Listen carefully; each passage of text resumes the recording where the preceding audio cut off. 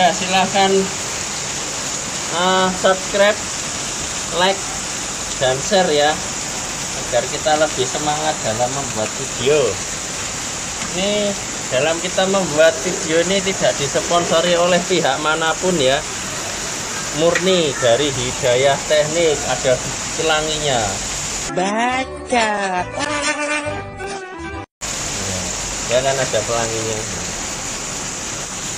Ini kita pemotongan pipa ya guys. Jadi kita kalau motong pipa atau masang itu dari yang besar dulu ya, baru yang kecil. Kenapa? Karena untuk penataan mengatur posisi pipa yang besar itu lebih sulit daripada yang kecil ya. Dan ini motong pipa ini kita harus kalem aja ya guys, jangan buru-buru supaya hasilnya rapi ya, tidak jegadul atau nekuk ya istilahnya. Nah, ini kalau sudah lurus kita coba pasangkan ya, mudah. Nah, agak sedikit ya, ini termasuk lancar ya, seperti ini ya. Ya, ini adalah tutorial memasang nepel. Kita kencangkan ya, kita pakai yang universal seperti ini. Kenapa? Karena lebih simple, dan untuk muatan di tas kita kan mobile ya, sifatnya teknisi door to door ya. Kalau alat kita terlalu banyak kan juga merepotkan dalam pengangkutan peralatan ya guys, atau mungkin nanti waktu persiapan prepare sama beres-beres itu akan memakan waktu lebih lama jika alatnya semakin banyak ya. Ini kita putar, kencangkan ke kanan. Nah, kalau kita udah terbiasa nanti kita ada feel-nya ya guys. Jadi untuk hal seperti ini harus sering-sering latihan. Jam terbang menentukan ya. Ini saya rasa udah cukup. Kalau kebesaran nanti dia seret ya, tapi ya sebenarnya enggak apa-apa. Tapi kalau terlalu seret juga enggak bisa masuk.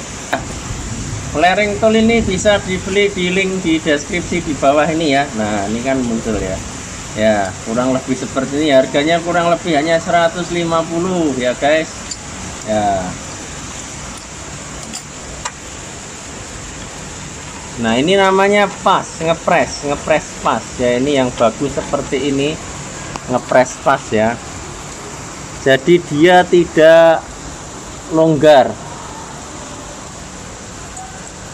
Nah, flaringan lama seperti ini guys, sedikit sekali. Entah ini teknisinya males atau mungkin ya ngejar waktu, atau dia menghindari terjadinya remedi ya, mengulangi pemflaringan ya. Kalau kita kalau emang harus remedi ya remedi aja. Nah, kan beda guys hasilnya. Oh, ini wah, dari bawah tidak kelihatan ya. Semakin jeber dia semakin bagus, karena tetap terjadinya kebocoran dia akan semakin minim ya. Ini yang saya katakan tadi, untuk penempatan posisi pipa yang gede itu lebih sulit ya guys. Jadi lebih rawan terjadinya bengkok ya. Jadi kenapa saya sarankan kerjakan yang gede dulu ya. Ini nah, ini kita mal dikit-dikit. Sebenarnya ada alat yang namanya bending ya, tapi untuk kasus seperti ini kita tidak perlu bending, karena kembali lagi mahal. Sesuai hukum ekonomi ya guys. Gimana hukum ekonomi berbunyi? Ya, modal seminimal mungkin, hasil semaksimal mungkin. Tapi jangan lupa tetap SOP.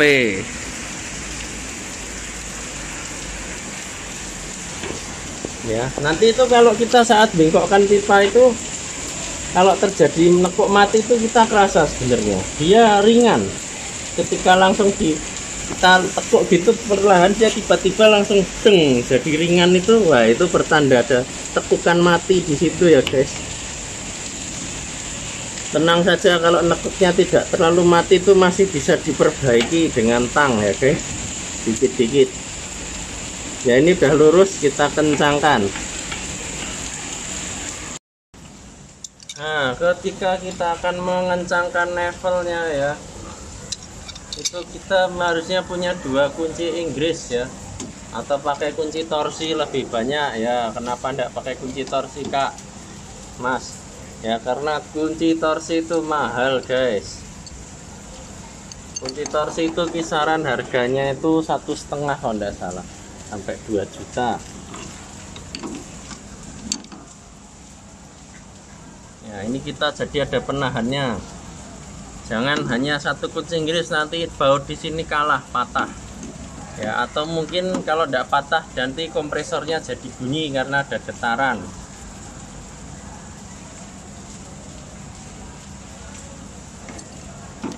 Nah, kalau pakai kunci torsi dia sampai bunyi tek gitu. Wah, kalau ini torsi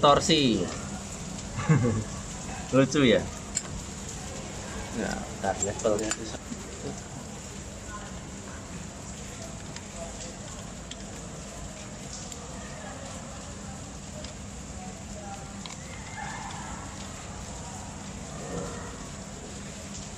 Ya, kita potong.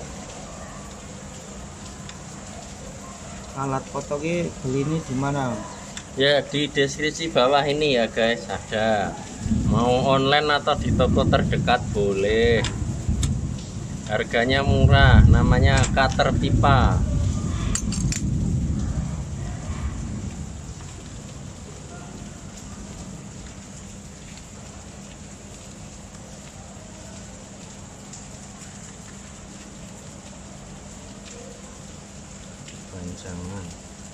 Kepanjangan dari kepanjangan dawan lagi.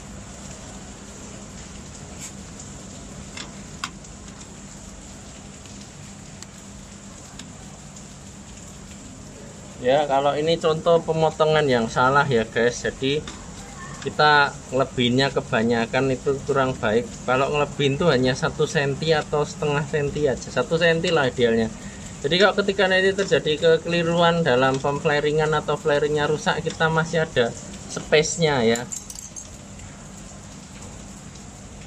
Ini seperti ini kan ada space-nya. Jadi jangan mepet-mepet. Kalau mepet pipanya udah mepet, wah, pusing nanti guys. Nanti nambah kerjaan, jadi harus nyambung di las ya. Untuk penyambungan pipa sebaiknya dilakukan dengan las ya guys, jangan di double nipple.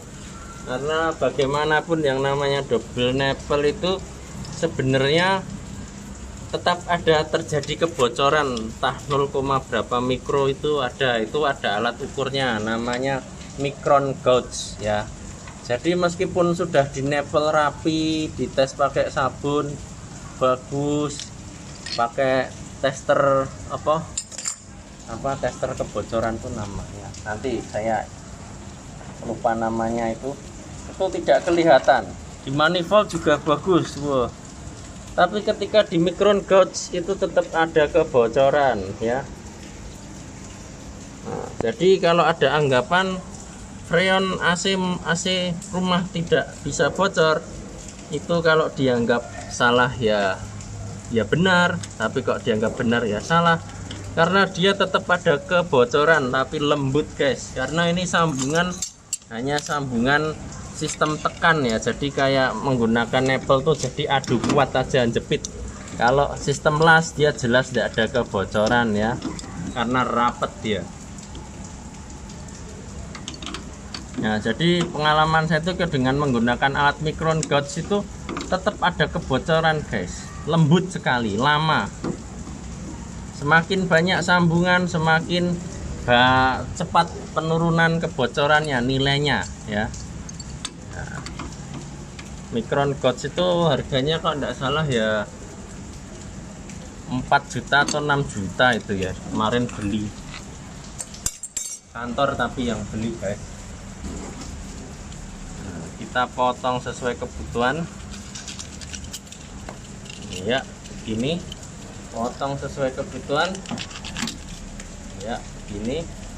Nah, selanjutnya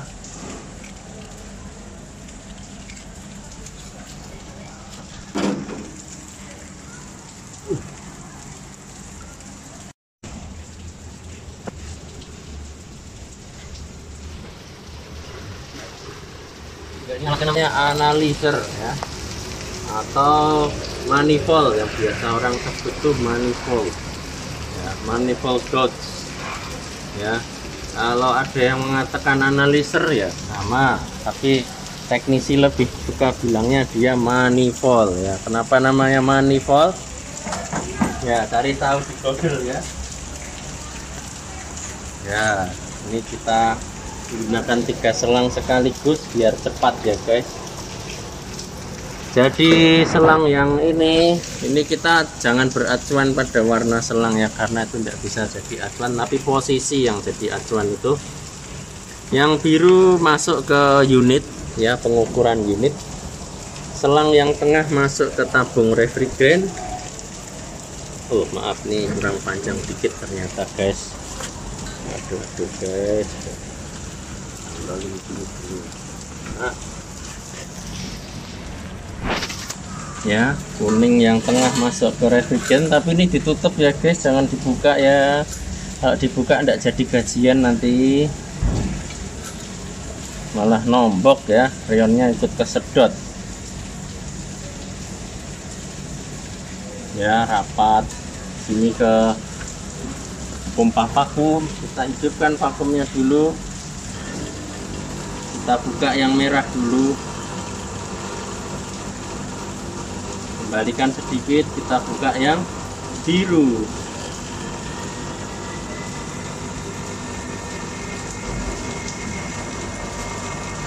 Nah, sambil menunggu kita minum es teh dulu, es teh manis 3.000-an ya, dibungkus dadakan ya. Seruput dulu guys sambil nunggu 30 menit berikutnya. Kita skip dulu ya videonya ya. Vakum selesai ya guys, 30 menit. Kita buka keran yang kecil ya. Ya, diputar melawan arah jarum jam ya. Ya, selesai.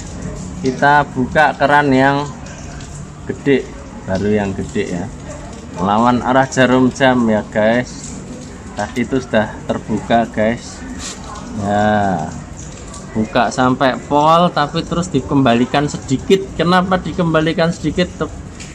Berjaga-jaga kalau satu ketika nanti ini kerannya macet ya, jadi dia masih ada ruang gerak untuk muter ke kanan dan ke kiri sedikit. Tujuannya hanya itu sih, untuk berjaga-jaga. Kalau di suatu hari ketika keran ini macet, dia itu masih bisa digerakkan ke kanan ke kiri sedikit tuh, nanti mudah bisa dilepas ya. Nah, udah kita kasih isolatif di sini ya guys, karena kejadian sering bocor tuh sebenarnya AC lama itu dari sini ya, dari nepelnya. Ini kan ada karetnya, ada silnya di sini. Nah, dia udah terkena hujan panas, dingin, air. Nah, dia karetnya tuh lama-lama getas ya, merepel, jadi bantet ya, jadi dia udah tidak kenyal lagi ya. Itulah yang menyebabkan bocor rembes ya. Di sini kita kasih isolatif dulu. Mana isolatifnya? Itu sedikit ya mas.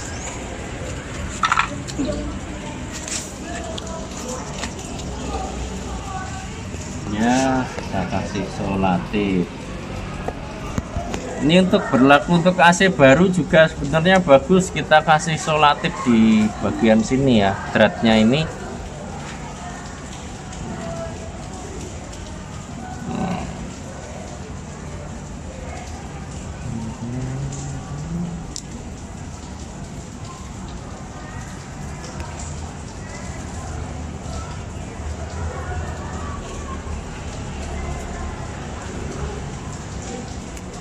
Ya begini,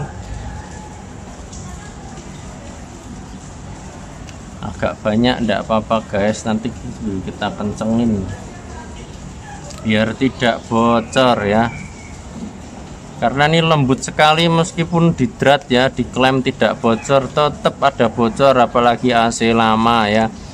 Perlu diluruskan kalau ada konsumen bilang, wah mosok AC nambah freon mas gitu kan. Nah, itu perlu diluruskan ya. Memang iya tidak ada kebocoran, tapi kalau AC-nya lama itu biasanya tetap ada kerembesan di sambungan-sambungan hasilnya ini nepel ya. Apalagi kalau pipanya itu udah hitam-hitam gitu, nah itu rembes dia, pasti ada kebocoran dia.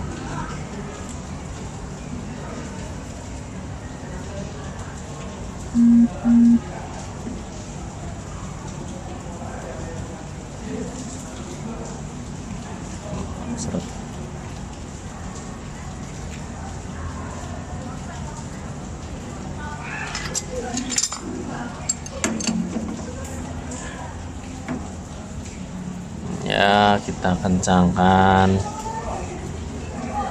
Nanti pengencangan finalnya kalau udah beres semua ya guys. Satunya juga nih yang nanti sini juga kita kasih solatif juga. Semua kita kasih kecuali yang ya ini kita kasih selotip ya, dua-duanya.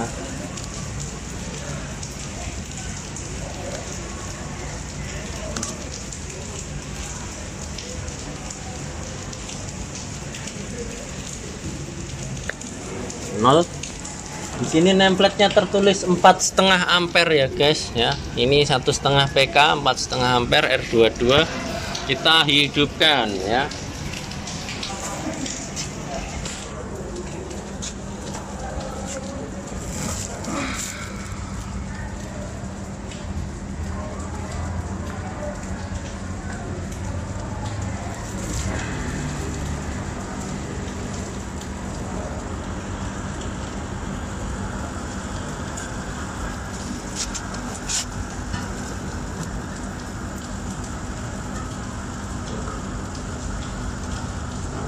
Ya,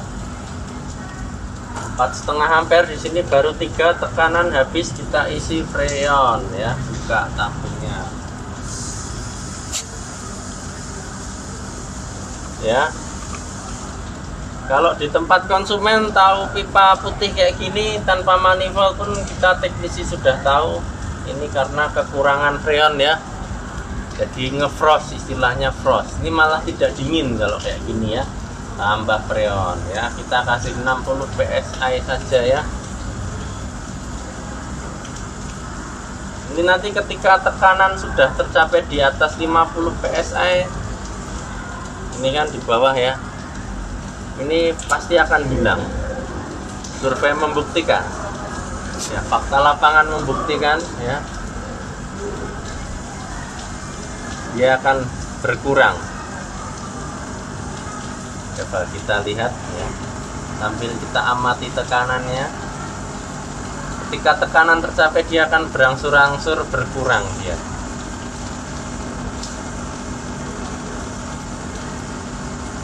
Ya kan? Ya, iya, hilang. Iya, hilang. Ampere juga sudah mulai naik 3,8. Kita tambah lagi.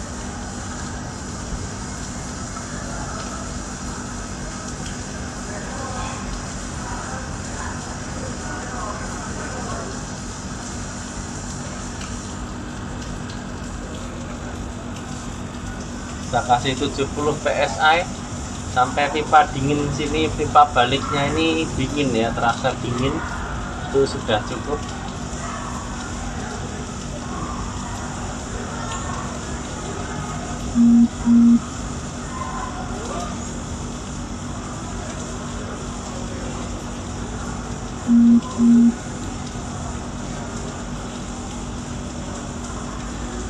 Odor juga sudah terasa panas ya, itu 70 psi ya. Ya 70 saya rasa sudah cukup pas untuk pipa 3 meter. Kalau mau ditambah sedikit lagi tidak masalah ya, sampai 80 paling enggak maksimal ya. Freon itu kalau kurang tidak dingin ya, kalau kebanyakan juga nanti tidak dingin.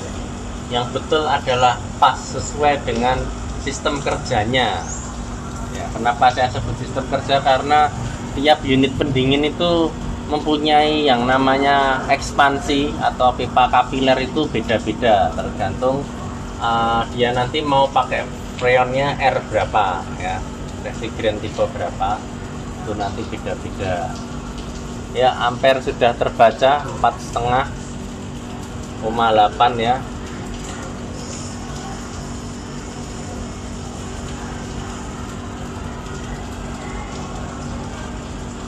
Ya, 46.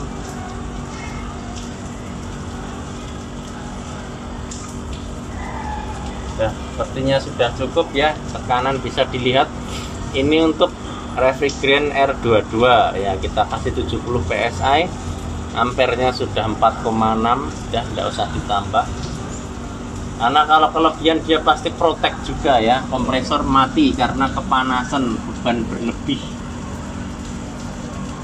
Pas, yang betul pas.